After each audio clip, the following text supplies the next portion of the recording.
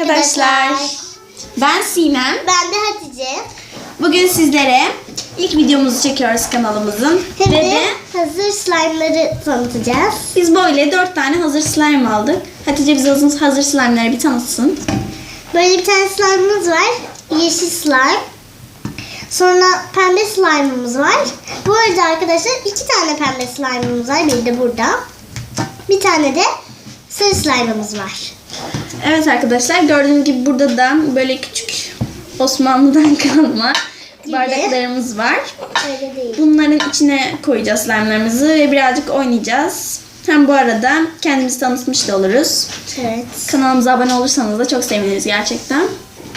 İlk olarak şöyle ben pembe slime'den başlamak istiyorum. Şöyle arkadaşlar göstereyim size.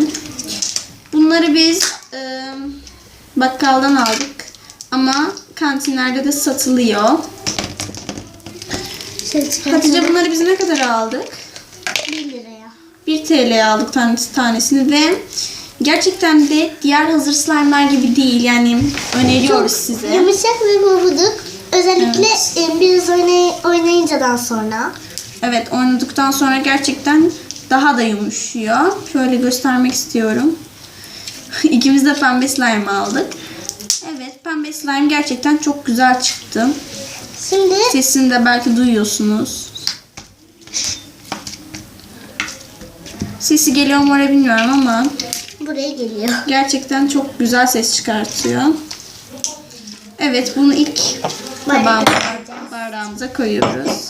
Bu şekilde. Evet. Çok güzel oldu. İlk- Oldu da tam sığmadı. İlk slime suyumuz diyelim, ne diyelim. Evet. Suyu Evet. mu diyelim işte. Hazır. Şöyle. Hemen Ve şuraya şimdi- dizelim. Şöyle kenarlara dizebiliriz ya da şuralara. Ve şimdi sarı slime'ımı açıyorum ben. Ben de yeşili. Evet, sarı slime'ı daha önce hiç açmadım. Şu an ilk defa açıyorum arkadaşlar. Ya kıvamını bilmiyorum pek fazla ama gerçekten bunun da kıvamı Oo. diğerleri gibi çok güzel. Hiç oynamadan çok pofuduk, çok güzel. Evet. Şöyle size kablarını gösterelim. Eğer almak isterseniz şu şekilde. Üzerinde pofuduk slime yazıyor zaten. Çok güzel ve çok da sünen bir kıvamı var. Hiç fark etmedim.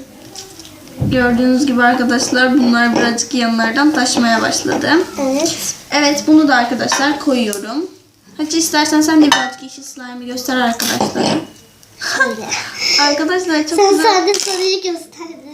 Ses Yeşili hiç göstermedik. çok garip Çok ses ses çıkıyor bunun için. Gerçekten arkadaşlar çok garip. Şu an Pat diye patlıyor yani. evet. Oo. Gerçekten bu slime'ler benim çok hoşuma gitti. Evet.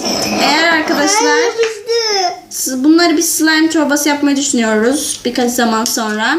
Eğer siz de istiyorsanız 1'e, istemiyorsanız 2'ye yorum yapmayı unutmayın. Evet. Ve like atmayı unutmayın arkadaşlar. Sizden rica ediyoruz gerçekten. Ay elime yapıştı. Bir tanesini de koyayım böyle kapat videoyu. Gördüğünüz gibi arkadaşlar. Slime'lar çok güzel. Biz tavsiye ediyoruz Değişik gerçekten. sesler de çıkartıyorlar. Bardağa Evet. koyunca.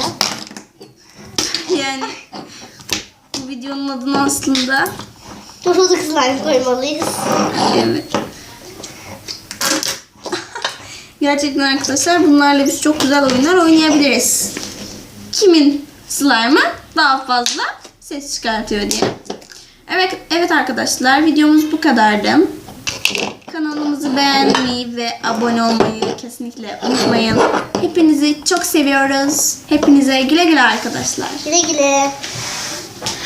Arkadaşlar kanalımıza abone olmayı ve beğenmeyi Beğenmeyi unutmayın. unutmayın. Tabii ki yorum yapmayı da.